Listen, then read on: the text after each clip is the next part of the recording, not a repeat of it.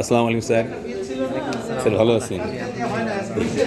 Sir জানতে পারলাম যে আপনি মক্কা মদিনা ওমরা গিয়েছিলেন।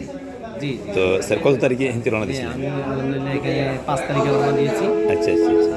ওখানে ৬ তারিখ পড়ছি। আর মাশাআল্লাহ।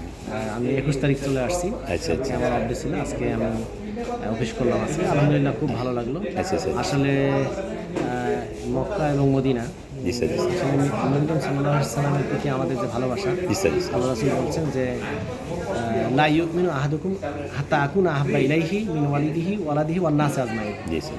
তোমার সন্তান সন্ততি এবং সকল মানুষের চেয়ে যদি প্রিয় নবী মোহাম্মদ রাসূলুল্লাহ সাল্লাল্লাহু আলাইহি ওয়াসাল্লামকে সবচেয়ে অধিকতর ভালোবাসা না থাকে তাহলে ঈমানদার হতে পারে না। সুতরাং আল্লাহ রাসূলের প্রতি এই অধিক ভালোবাসার একটি অংশ হিসেবেই জি, জি, জি।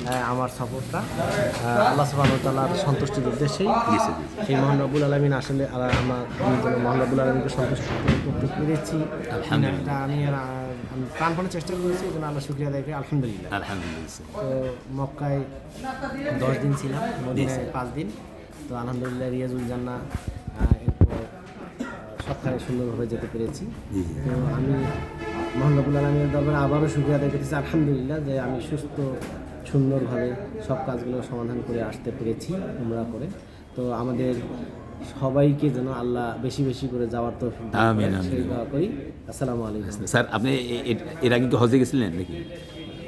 যাইনি, উমরায় গেছিলাম। ওমরা এর আগে একবার 23 সালে গেছি। এটা দ্বিতীয় ওমরা হলো আপনি। আগামীতে স্যার বড় বড় হজ করার খেয়াল আছে ইনশাআল্লাহ। হ্যাঁ, হজ করার পর আমি একবার উমরা করেছি, আবার কেন করলাম? হ্যাঁ, হ্যাঁ, হ্যাঁ। আল্লাহ